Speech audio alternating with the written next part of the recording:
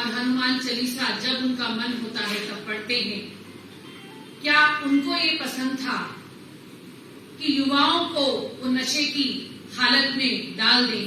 पूरी दिल्ली के अंदर जहां पर इक्वल डिस्ट्रीब्यूशन पानी की बात करनी चाहिए थी केजरीवाल जी को, नहीं, उन्होंने पानी का इक्वल डिस्ट्रीब्यूशन तो नहीं किया, पर यह जरूर तय किया कि शराब की नीति, आबकारी नीति को लाएंगे और पूरे मंडलों में, हर मंडल वार्ड में 3-3 दुकानें खोलेंगे। केजरीवाल जी, मैं आपसे एक बात जानना चाहती हूं, क्या मिसेस केजरीवाल जी ने इस बात नीति को अपनाने के लिए आपको कहा? क्या आपकी पत्नी अपने बेटे को शराब पीने देना चाहती है? क्या वो दुकानें जो आप हर वार्ड में खोलने जा रहे हैं, जिस वार्ड में आप ये भी कह रहे हैं कि आप शराब पीने का तरीका भी सिखाएंगे, क्या आपका बेटा, क्या आपकी बेटी उस शराब की दुकान पे शराब पीना चाहेगी? आप महिला सुरक्षा के नाम पर राजनीति करते हुए आए हैं। आपने कहा जब दिल्ली संभाली तो हम महिला सुरक्षा करेंगे। क्या महिला सुरक्षा होगी? आप एक श्वेत पत्र जारी कीजिए कि आप जितनी दुकानें खोल रहे हैं उनसे कोई महिला उत्पीड़न नहीं बढ़ेगा। जहां जहां पे दुकान खुलेगी, दुकान का समय भी आपने बढ़ाया। आपने ये भी तय किया कि रात के 3 बजे तक दुकानें खुलेंगी। आप मुझे बताइए कि जहां नशा बिकेगा वहां का माहौल कैसा होगा, वहां का आसपास के वातावरण की गारंटी कौन लेगा? और उस उत्पीड़न का सबसे ज्यादा असर किस पे होगा? वो महिला पर होगा। जब महिला, उसका पति, उसका बेटा, उसका पिता जब दारू पी के घर आएगा, शराब पी के घर आएगा, तो वो क्या करेगा? सबसे पहले वो महिला के साथ दुर्व्यवहार करेगा। महिलाओं के ऊपर सबसे ज्यादा उत्पीड़न किसी बात का होगा कि जब उसका पति शराब की लत में घर में आएगा तो उस पर हाथ उठाएगा। और उस आसपास के वातावरण, वहां से महिलाएं गुजर पाएंगी क्या? जिस सड़क पर आपने दुकान खोली, एक तय समय के बाद जब सूरज का अस्त होता है, तो उस अस्त के बाद आप तो कहते हैं कि हर जगह महिलाएं सुरक्षित हैं, वहां जब नशे की हालत में आदमी होगा तो वो क्या करेगा? इन सभी बातों का, और मैं महिला मोर्चा की अध्यक्ष होने के साथ साथ एक बच्चे की मां भी हूं। दिल्ली की हर मां, कौन सी ऐसी मां है जो ये चाहती है कि उसका बेटा और बेटी पिए? आपने पिंक कलर के ठेके खोलने की बात कही। आप कह रहे हैं कि दारू पीना सिखाएंगे। कोई मां, कोई बहन, कोई पत्नी ये नहीं चाहती कि उसका बेटा, पिता दारू पिए, उसका पति दारू पिए। और मैं महिला मोर्चा की अध्यक्ष होने के साथ साथ एक मां होने के नाते आपको एक भी नई दुकान दिल्ली के अंदर नहीं खोलने दूंगी। आप जहां जहां दुकान खोलने की बात करेंगे, महिला मोर्चा वहां प्रदर्शन करेगा और आपको इस आबकारी नीति को वापस लेना पड़ेगा। आप पंजाब के चुनाव में गए, आपने कहा कि पंजाब में नशा को मुक्त करेंगे, और आपने दिल्ली के अंदर नशा को युक्त करने की बात कही। आपकी पुरानी दुकानें, ऐसे 80 वार्ड हैं दिल्ली के अंदर जहां पर आज दुकानें नहीं हैं, पर आप हर वार्ड में दुकानें खोलेंगे तो हमारी युवा पीढ़ी का क्या होगा? मुझे बहुत अच्छे से याद है, आपने अपने मैनिफेस्टो में एक बात कही थी कि हम तो युवा पीढ़ी को कलम देंगे, हम स्कूल कॉलेज खोलेंगे। आप मुझे बताइए कि आपने एक नया कॉलेज खोला, एक नया स्कूल खोला, हमारे बेटे बेटियों को क्या कलम दी आपने हाथ में? आपने कलम देनी तो बहुत दूर की बात है, आप उनको ये तरीका बताने जा रहे हैं कि वो गिलास कैसे पकड़ेंगे। आप खोल के तो देखिए, आप पूरी दिल्ली के अंदर सबसे भ्रष्टतम सरकार चला रहे हैं केजरीवाल जी, और आप एक दुकान खोलिए। मैं महिला मोर्चा की अध्यक्ष होने के नाते बताऊंगी कि आपको आपकी इस आबकारी नीति को कैसे वापस लेना होगा, और आपको ये वापस लेनी ही पड़ेगी। हम निरंतर इस बात का विरोध करेंगे जहां आप दुकान खोलने की बात करेंगे। बहुत बहुत धन्यवाद। धन्यवाद योगिता जी। मैं दिल्ली प्रदेश के पूर्व अध्यक्ष और हमारे विधायक भाई विजेंद्र गुप्ता जी से निवेदन करूंगा कि इस संदर्भ में प्रेस वार्ता को संबोधित करें। विशेषज्ञ रूप से साथियों, दिल्ली में वर्तमान में लगभग 250 प्राइवेट शॉप्स है लीकर की, जो बढ़ के 850 में जाते हैं। और ये शराब के निजीकरण के पीछे जो मुख्य मकसद है वो है भ्रष्टाचार। सैकड़ों हजारों करोड़ रुपए किकबैक लेना, क्योंकि अब ठेके सरकार द्वारा निर्धारित नहीं किए जाएंगे, बल्कि प्राइवेट जो लोग हैं वो तय करेंगे कहां ठेका होगा, और वही आगे डिस्ट्रीब्यूटर जो है वो बनाएंगे और डिस्ट्रीब्यूशन को करेंगे। तो पहला विषय तो ये कि भ्रष्टाचार, इसके पीछे एक साजिश है भ्रष्टाचार की, क्योंकि जब नए सिरे से सारी की सारी दुकानें नए सिरे से अलॉट की जाती है तो उसके पीछे भ्रष्टाचार मुख्य मुद्दा। दूसरा, आप लीकर से एक्साइज यानी कि सरकार लोगों को नशा करा के अपने खजाने भरना चाहती है, अपनी पार्टी के खजाने भरना चाहती है, अपनी जेबें भरना चाहते हैं और सरकारी खजाना भरना चाहते हैं। उसकी कीमत क्या है? लोगों का को शराब मिला के उनको नशेड़ी बना के उनको नशे की आदत डालती है। तो ये जो नीति है, जो आम आदमी पार्टी खुद उप मुख्यमंत्री ने अपने एरिया में दुकान बंद करवाई थी। तिलक नगर में केजरीवाल जी ने एक बड़ा ड्रामेटिक वो किया था, गए और जाकर के जेम्स बॉन्ड की तरह शराब की दुकान बंद करा दी। और आज वो दुकान खोलने के लिए गली मोहल्लों में जाकर जितने नियम कानून थे शराब की नई दुकान खोलने के, सबको लिबरलाइज कर दिया, उसमें भारी ढील दे दी है। अब किसी भी गली मोहल्ले में दुकानें खोली जा सकती है। यहां पर जब सुबह 3 बजे तक, ये कौन सा नियम है कि गली मोहल्लों में शराब की दुकान सुबह 3 बजे तक 24 घंटे दुकानें खुली रहेंगी। ऐसी बहुत सारी दुकानें सुबह 3 बजे तक दुकानें खुली रहेंगी, इसका बहुत बड़ा हिस्सा इसमें। और जिन क्षेत्रों में पहले दुकान थी नहीं, वहां पर शराब की दुकानें ले जाई जा रही है, अनधिकृत कॉलोनियों में भी, और तमाम ऐसी जगहों पर दुकानें खुली जाएंगी जहां पहले दुकान खोलना शराब की अलाउ नहीं था। हमारा ये कहना है कि दिल्ली में महिलाओं की सुरक्षा के साथ साथ दिल्ली में क्राइम रेट बढ़ेगा। इस स्तर पर शराब वितरण जो होगा, उससे शराब की जो दुकानें हैं बढ़ने से और देर रात तक खुलेगी, तो एक तरफ सरकार कहती है कि दुकानें जल्दी बंद होनी चाहिए, रेस्टोरेंट जल्दी बंद होने चाहिए, जिससे कि पुलिस कहती है कि लॉ एंड ऑर्डर को मेंटेन रखने के लिए, और एक तरफ आप सुबह 3 बजे तक शराब की दुकानें खोलेंगे। ये एक बड़ा विषय है। दूसरा विषय ये है कि अब पहले जो L38 का जो लाइसेंस था वो लिमिटेड जगह पर था, और वो एनुअल लाइसेंस जो है वो पहले तो फ्रंट प्लेस तक ही सीमित था। फिर शीला दीक्षित जी ने उसको दिल्ली में भर में शुरू किया।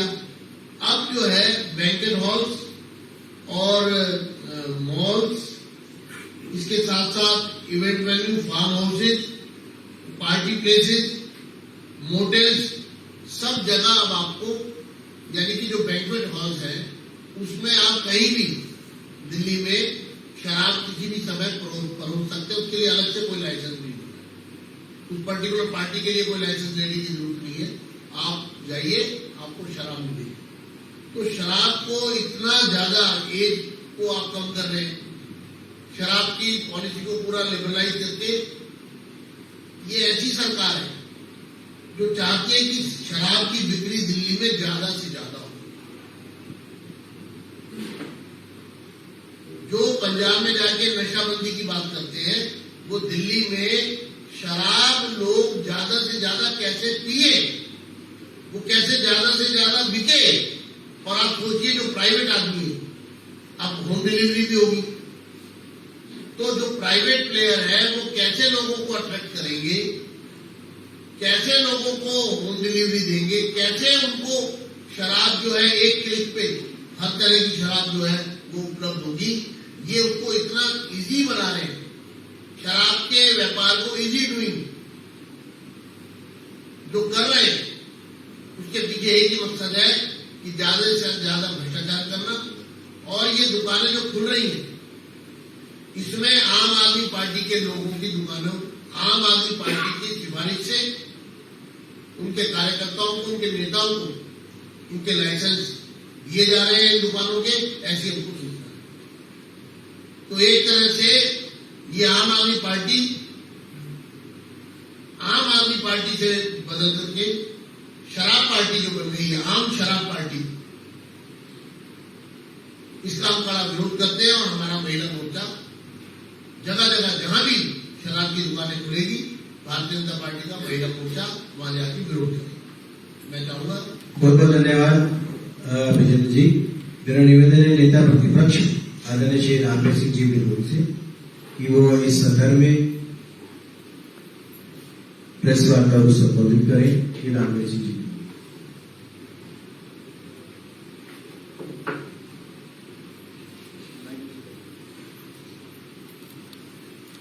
आज की प्रेस वार्ता में हमारे सभी सम्मानित विधायक उपस्थित हैं।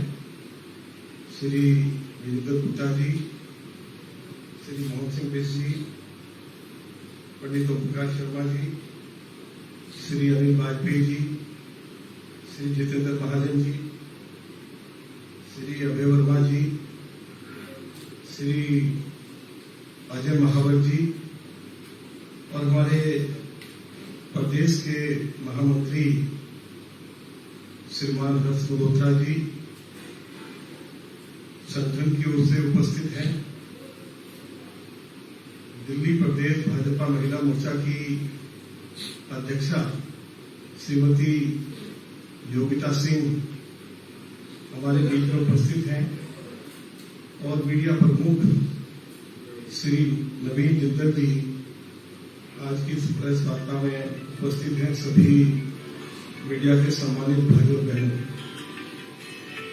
जब ये नई शराब नीति लाई गई थी दिल्ली विधानसभा में, मैंने और भारतीय जनता पार्टी के सभी विधायकों ने इस नई शराब नीति का जोरदार विरोध किया था।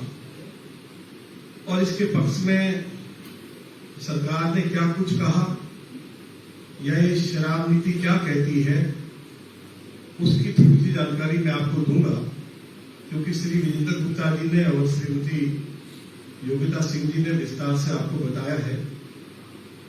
पहले 25 साल तक की उम्र के जो युवा थे, केवल वे ही शराब के ठेके लगा के शराब खरीद सकते थे। वह उम्र घटाकर 21 साल कर दी। दूसरी बात जो है, जो विजेंद्र जी ने कही कि पहले दिल्ली में 250 प्राइवेट शराब के ठेके थे, अब उसकी संख्या बढ़ाकर 850 कर दी गई है। और इसके साथ साथ होटल्स में, बार्स में, रेस्टोरेंट्स में, बैंक्वेट हॉल्स में भी शराब जो है वह पिलाई जाएगी। लगभग ये संख्या बढ़कर 3000 हो जाएगी। और इसमें दिल्ली के जितने मॉल हैं वह भी इंक्लूड हैं। तीसरी बात जो है, जहां तक शराब जो पहले जो सर्व की जाती थी वह 11 बजे तक की जाती थी, अब उसकी समय सीमा बढ़ा दी है। अब प्रातः 3 बजे तक शराब जो है वह सर्व की जाएगी। एक ये कदम दिल्ली की सरकार ने उठाया है। और शराब पीने के लिए सरकार ने ऐसी व्यवस्था की है कि जहां ठेका है वहीं लोग शराब खरीद कर वहीं बैठकर शराब पी सकते हैं।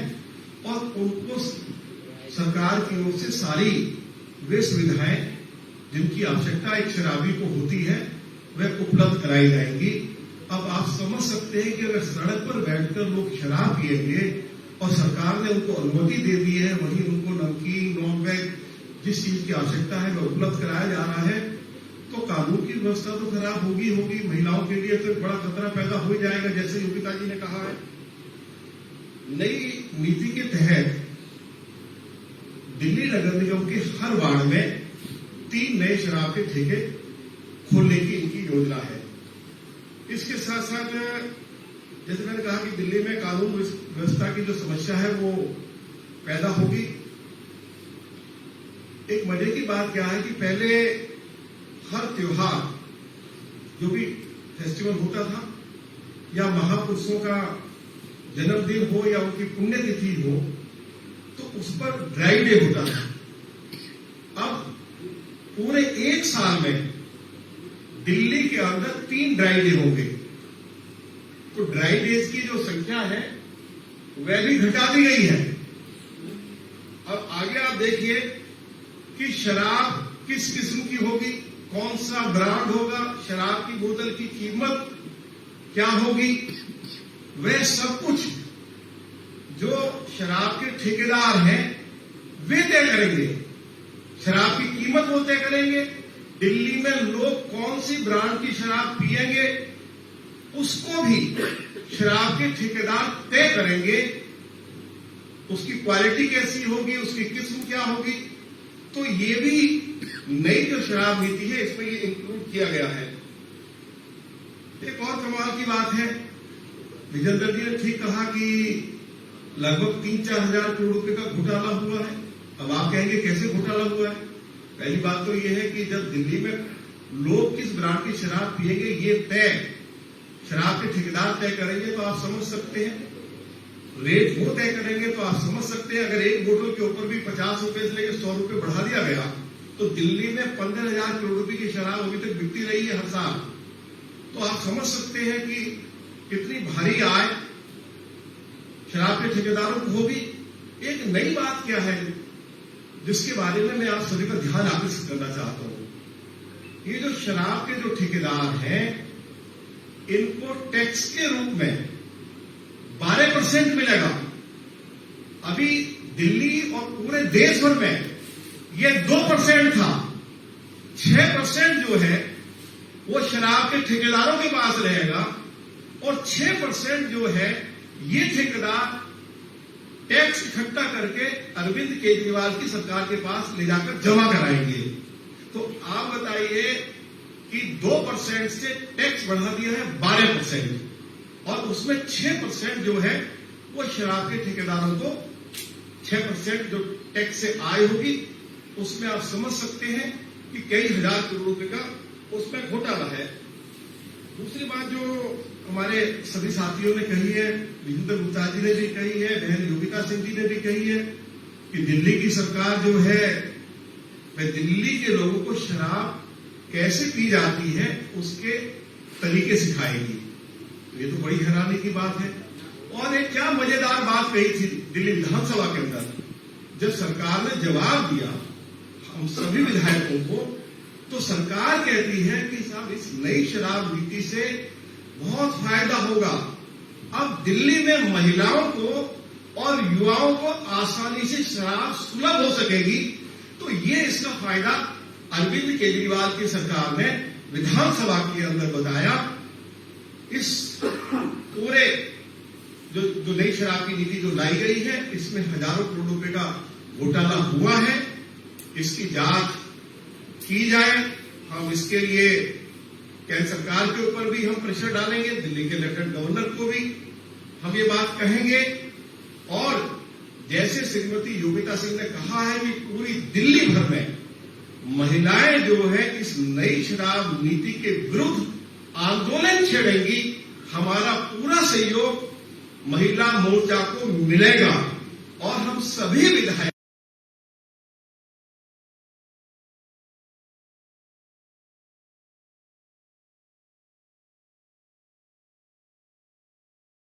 का विधानसभा क्षेत्र है, हजारों महिलाओं ने झाड़ू लेकर बेलन लेकर इस नई शराब नीति का विरोध किया है। और ये विरोध और ज्यादा उग्र होता जा रहा है। मैं अरविंद केजरीवाल को चेतावनी देना चाहता हूं कि जो नई शराब नीति लाई गई है इससे दिल्ली के जो युवाओं को जो बर्बाद करने की जो साजिश रची गई है, या जो ये बात कह रहे हैं कि इससे दिल्ली सरकार की आय बढ़ जाएगी, अरविंद केजरीवाल, आपने चुनाव में कभी ये नहीं कहा था कि वो दिल्ली में नए नए शराब के ठेके खोलेंगे। आपने तो ये कहा था हम स्कूल खोलेंगे, कॉलेज खोलेंगे, हम वाटर ट्रीटमेंट प्लांट लगाएंगे, हम फ्लाईओवर बनाएंगे, हम नए हॉस्पिटल बनाएंगे, हम नई डीटीसी की बस खरीद कर लाएंगे, हम दिल्ली की सड़कों को लंदन और पेरिस जैसी बनाएंगे। दिल्ली जो है दुनिया की सबसे ज्यादा पॉल्यूटेड सिटी घोषित कर दी गई है। दिल्ली सरकार के हॉस्पिटल की हालत सुप्रीम कोर्ट ने कहा कि बूचड़ खानों से भी ज्यादा बदतर हो गई है। तो आप दिल्ली की चिंता करिए, जो दिल्ली के लोगों से आपने कमिटमेंट की थी कि हम दिल्ली को वर्ल्ड क्लास सिटी बनाएंगे, आज आपने दिल्ली को शराब की नगरी बना दिया है। हम किसी कीमत पर भी सभी विधायक महिला मोर्चा के साथ मिलकर, अपने प्रदेश के संगठन के साथ मिलकर दिल्ली को शराब की नगरी नहीं बनने देंगे।